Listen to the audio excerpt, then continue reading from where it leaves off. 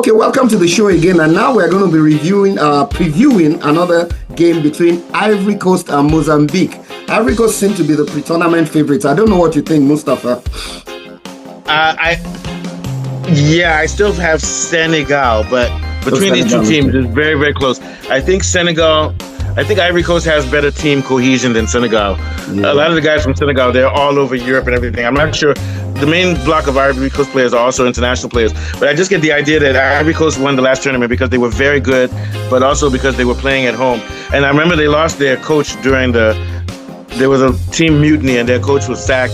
And then they were kind of like a Rocky movie. They were really inspired. And with a new coach who said, okay, boys, let's sit down and let's do this. They had a lot of team unity. And they played Nigeria in the final. The whole stadium was orange. I couldn't even see green. I said, where's the Nigerian players? So this team plays together. They're going to be high on top with our motivation. But I think the top three teams in this tournament are, in no particular order, Morocco, Ivory Coast, and Senegal. Yeah, and only God knows what's going to happen between those three teams. But in this matchup against Mozambique, once again, Mozambique is going to play a low block. Ivory Coast is going to be swarming. It's not going to work. Ivory Coast plays very well with his wing, creative midfielders who can unlock things. The only question is, how will they finish? Ivory Coast will have shots on goal. It's just a matter of finishing. And once again, it's going to be a matter of being disciplined and players not getting out of position or not tracking back or making mistakes when you're building up. Just be careful not to make any mistakes, because Ivory Coast, the only way they can lose this game is if they beat themselves through mistakes. And also, as usual, this is Africa. Until you score, it's a draw, and there's no guarantee you can score against any team in this continent. And we know that Mozambique is going to come in with low block. They're going to play aggressive in the midfield. But you're playing Ivory Coast, which is like Senegal. You can't play them aggressively because even though they're fluid, they're also physically strong. What are your thoughts? I agree with you. And Ivory Coast, just like Senegal, they boast a lot of talented players. Most of them francophone.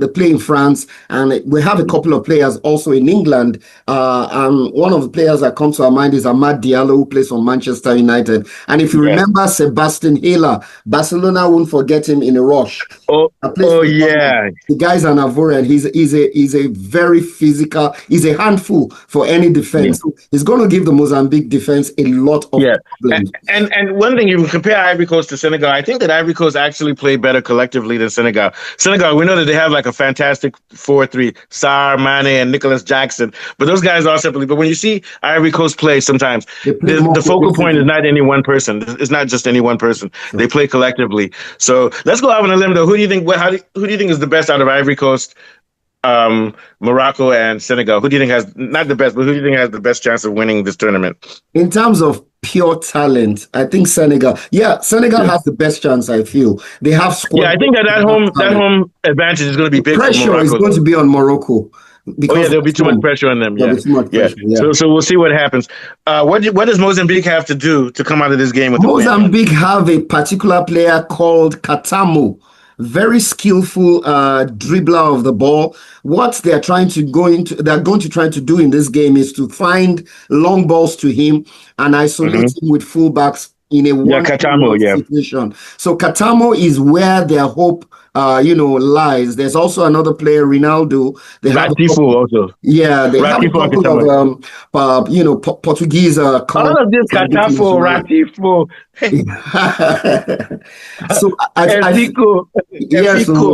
like South American names. But you know what it is? The Brazilian, the Portuguese. Just like Angola as well. They have a lot of Portuguese Mozambique nationalized players. All right. So I think Katamo is where their hope lies, really. Yeah.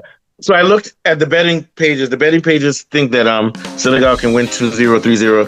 I'm going to say 2-0 because this is Africa. You can't just be scoring goals.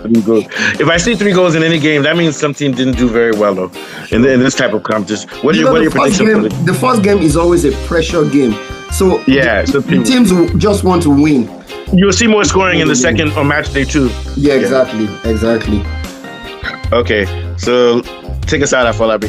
Yeah, another brilliant show. We'll be discussing Ivory Coast and Mozambique.